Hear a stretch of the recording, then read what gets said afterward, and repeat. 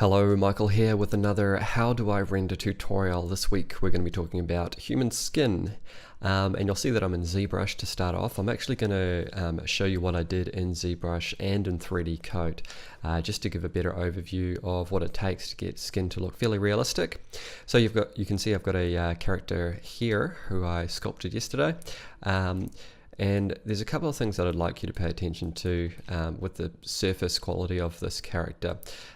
So one of the things you'll notice is that he's got a lot of pores on his skin. And I find if you're looking to get a little bit more believability out of your character, it does pay to have pores added to the surface, and that doesn't mean pores all the way across every part of the surface. You'll see that I only created them around areas which are believable. So for a human face, normally you'll see the pores mostly around the nose, the tips of the nose, around under the eyes, and also the chin and above the lips, and less so on the cheeks. But you'd probably want to just check some reference to find out where your pores on your character would be, and just go from there. To do the pores, I actually used a pores brush. I can't remember who I got this brush from. I'll try and find out and leave a link in the comments. If you're using ZBrush, then that's how you can find that out. But you'll see if I just hold down the Alt button and click and drag, you'll see that it creates those pores on the surface. So you can get like a really heavy acne sort of result if you wanted to, or you can just feather it in to get something a little bit more subtle, and you could also just change the Z intensity to determine how deep it will be. And if you don't hold down the Alt button, then it will be an inverse surface. So you could use this for other things aside from pores, but obviously I'm using it for pores. So yeah, that's basically what I did in ZBrush. Obviously I sculpted it as well, and let's jump over to 3D Coat and I'll talk about the texture map. Alright, so here is the textures that I created for our guy. A couple of things worth noting. I'll just turn the eyebrows off. One thing that's really important with skin is complexion. You need to understand that human skin is not just one even color throughout. With this Caucasian fellow, you'll see that I've used a lot of sort of red around the areas of his face, like the cheeks, the nose, just a little bit above the lips there, and under the eyes and the forehead. And once again, check your reference for this. It's easy to see complexion on someone that's got very fair skin. You'll notice a lot less on someone that's got darker skin. And I'm actually going to do a separate tutorial in the future for doing skin tones with someone that has got a darker skin pigment, just so I've got all my bases covered. And you can see in 3D Coat that I've done this in a couple of layers. I've got the complexion on a separate layer, and then I'll just actually turn everything off. So you see I've got the base skin color, so I just got the basic tone that I wanted for the skin. Then I brushed in the red tones, which are basically for the complexion. And you could go a lot more detailed than this if you want. This is actually fairly basic, but it does the trick. And this is a fairly stylized character, so I didn't want to go too realistic.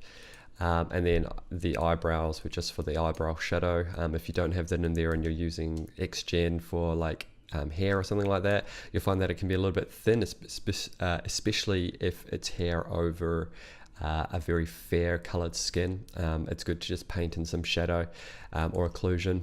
It helps. And then I've got the lips on a separate layer, and I've also added specularity on a separate layer, which you can sort of see around the lips, and I've added a little bit to the nose and stuff. And this is just very subtle, but it helps sell those areas of the skin. So yeah, now let's jump over into Maya, and I'll show you how to connect it all up. Alright, so here we are in Maya, and we've got our guy in here, and you'll see that he's a fairly low poly. For this tutorial I will be using a displacement map alongside a normal map, so we can get that topology back. Obviously you can't use a million poly model in Maya without Maya basically crashing. So yeah, I'll show you how I've connected everything up though. But before I do that, I'll just show you what I've done here with this render. So this is what our model looks like with just the diffuse shader applied and with our texture map and our reflection map applied. So it doesn't look bad. He looks a little bit sickly though, because we're not seeing any of that light actually enter the skin. We're just seeing it bounce off the diffuse layer. So I'm going to bring up the subsurface scattering one, which is actually our RS skin, and I'll show you how I've connected that up in the Hypershade editor. So I've just got the skin shader applied, which you can get by going to the Redshift shader. If you just type in skin and then click that, or bring a new one into the scene. Obviously I've already created it, so I don't need to do that. And just off camera, I've connected up my color map, the texture map, the reflection map, the normal map, and the displacement map as well. So the defaults are, as you can see, already set on the right hand side there. If I take a render of that now, we can have a look at what that looks like to compare. So yeah, looking at this one compared to the previous one, a couple of places to pay attention to are the nose. So the inside of the nose, you're seeing that illumination of the skin. The ear is another good spot, so you can see that pink illumination there. And the other areas to pay attention to will be the lips. Now I'm going to adjust a few things. This doesn't look bad just off the bat, but I think it can be made to look a little bit better. So I'm just going to dock this on the left hand side so we can keep it in view, and I'll just use the attribute editor on the right for the skin shader, and we'll work with it updating on the fly. Alright, so our first setting is radius scale. If you reduce this, you will get less subsurface scattering. Basically all the way down to 0 will give you a completely diffused, and then anything above 1 will give you a multiply. This is essentially multiplying the weight of the layers. So generally I'd keep this at 1.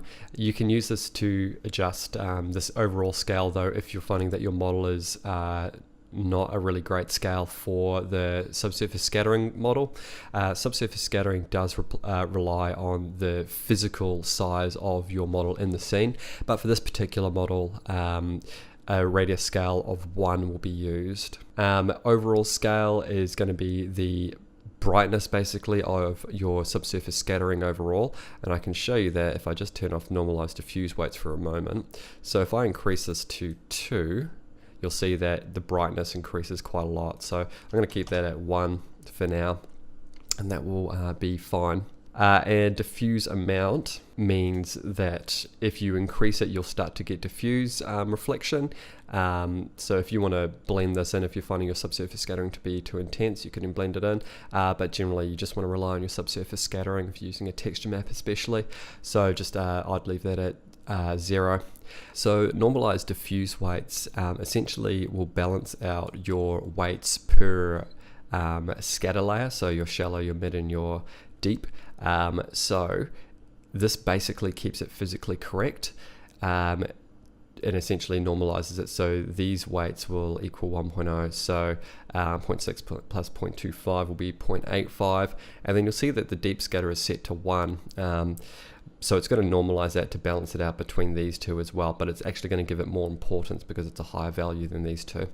If you turn this off, you won't get physically correct subsurface scattering, but you will have more control. So generally I keep it off, and then I sort of work with the weights and the radiuses of each channel to sort of get it to look like I want, unless you're obviously trying to do something realistic. And even when you're doing something realistic, remember that it's believability that you're going for most of the time, not realism. So try and find a balance between artistic intent and 100% realism simulation. Alright, so per channel, color, you can see that I've got this plugged out to the texture map, so that's fine. So the weight essentially controls the brightness of that particular layer, so how much you'll see it overall. So the shallow scatter, I've got that texture map plugged into. So if I increase the weight to 1.0, the importance of that layer is going to become a lot more obvious, but it is also going to brighten the texture map slightly as well, so that's worth bearing in mind. Radius essentially controls how deep the light will be able to penetrate the that layer and then scatter.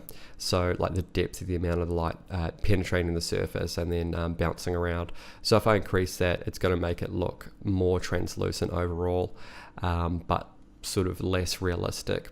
So at that value, I think it was 0.38, that wasn't too bad. Now you'll notice that the lips have actually got quite a lot of scattering happening. You can see like some illumination around there, and quite a bit of illumination around the eyebrow and the nose. And that's not bad, but it's not particularly realistic. So I'm going to back that off with the mid color. I'm actually going to make it a little bit more red. And then I'm going to reduce the value just a touch, because I don't want it to be too illuminated. And then if we just drop the weight down a touch, so that's starting to look a little bit better. It was a little bit too illuminated before. And then yeah, the same controls as for the shallow scatter, and the same thing happens again with the deep scatter. The deep scatter is like your deep tissue, so think of your like blood vessels and things like that. So generally you're going to use a red color. The default color is actually quite a good color I've found, so that's what you'd keep it as. If you reduce this to 0, you'll see that he starts to get very washed out. So I think that the weight being up around 0.8 usually or higher is good. Actually I think for this model 0.85 is pretty much perfect. And then the radius, you'll notice, is by default higher than the other ones, because the light is penetrating deep within the surface and then scattering around. It's actually not blending it as much as it would with the other layers. So you could afford to have the radius a little bit higher, not too high. Like if you get it too high, it's just going to blend too much, particularly if the weight's up. But at sort of around the defaults is not too bad, I've found. Single scattering you're not going to be using if you're using the 3 channel subsurface scattering. It's a much more basic version of subsurface scattering. It's just using one single layer. So I would generally just stick with these 3 if you're looking to get something a little bit more vibrant, a little bit more realistic. Primary reflections is the sort of first layer reflection. So imagine if you're just using your regular Redshift surface material. This would just be your standard reflection. Your secondary reflection you would use for like your clear coat essentially. It works basically the same as any of your other reflection controllers and any of your other materials, but you'll see that I've got it plugged into a texture map. If I disconnect that, which I would do, so that's disconnected now, then I can just increase the color to closer to white, which will mean more reflections. If I make it completely white, you'll see that I get quite a bit of reflection, and then increase the weight, you'll get a lot of reflection. And obviously you don't want to go too hard on this, but if you're generally with a skin, skin has a somewhat reflective nature to it. So you want to add a touch of reflection, but like I said, with the 3D coat, I actually painted in the reflections on specific parts of the model to make it look a little bit more believable. So like on the lips and across the thinner, tighter wrapped parts of the skin, so across the top of the nose and under the eyes. That just tends to make it look a little bit more realistic. So if you can paint in a reflection map, I would recommend doing it. Otherwise you can sort of just use this as a balance and then just, you know, increase or decrease glossiness if you want. Obviously too much glossiness will make it look like he's sweating a lot, but he is a fairly heavy set man, so maybe he is quite sweaty. Then your BRDF is just the solve that it's using for your reflection. Your IOR is your index of refraction, so it's just using your refractive index. So 1.44 is basically what you would use for skin most of the time. You could go higher or lower, but I'd pretty much start there and sort of just work your way around it. However, 1.44 has been fine for me. But like I said, I've been using the reflection map that I have created in 3D coat, which is a lot more effective than just a standard reflection across the entire surface. You could actually blend in a secondary reflection if you wanted to. So if I push this value up, it sort of will give it more of a sheen look, and then I could sort of reduce the glossiness a little bit if I wanted to as well. I could actually use this in combination with my reflection matte if I wanted to get sort of more of a multiplying effect across the lips and that nose with overall sort of reflection across the rest of the model. But yeah, that's sort of up to you. So now that we've got them sort of looking somewhat like we want them to, let's compare them to the diffuse. So I saved that previously.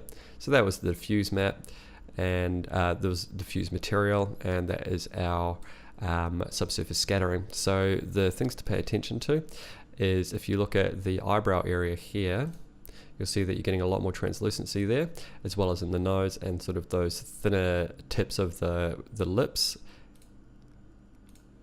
Now that's not exactly physically plausible shading, because you can see it's actually creating a bit of illumination in the darker areas.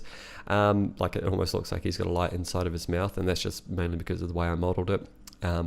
But it's not the worst. It's actually pretty realistic overall, and the skin over your lips is actually very thin, which is why you have darker colored lips, because they're full of blood. You'll know this if you've ever been shaving and accidentally cut your lip. They bleed for ages. You'll notice the subsurface scattering around the ears and sort of coming through the sides of the head as well there as well. So yeah, that's pretty much all there is to it, though. As a sort of a basic overview is how you might want to approach your skin shading for Redshift. So hopefully that's helped some of you out there. I really like the shader. I think it's very powerful overall.